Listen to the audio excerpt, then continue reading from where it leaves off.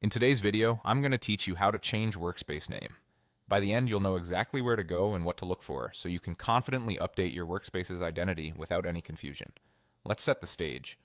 A workspace name is the label your team sees across the app, in headers, invitations, and often in notifications. A clear, accurate name helps people find the right place to work, reduces mix-ups, and keeps your organization consistent. If your team has rebranded, merged, or simply outgrown an old label, updating the workspace name is a simple, worthwhile refresh. Start by going to Settings. This is your home base for anything administrative. Depending on the product or device you're using, Settings might appear as a gear icon in the sidebar, a menu option under your profile, or within an admin console.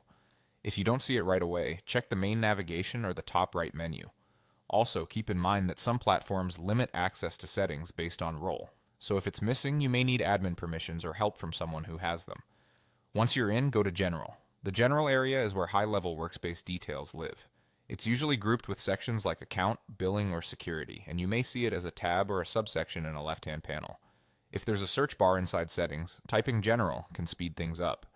This is the central spot that provides an overview of identity-related information, making it the right place for name changes. Next, find Workspace Name. On the General page, look for a field or card labeled Workspace Name, Organization Name, or something similar. This is the primary identifier your teammates will see. Some tools display it prominently at the top, others place it alongside logo and description fields.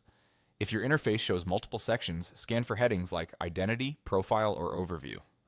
A few practical tips while you're here. Choose a name that's clear, consistent, and easy to recognize across teams and time zones. Short names are easier to scan in menus, while descriptive names help new members quickly understand where they belong. Watch for any naming guidelines your platform may mention, like character limits or restrictions on symbols.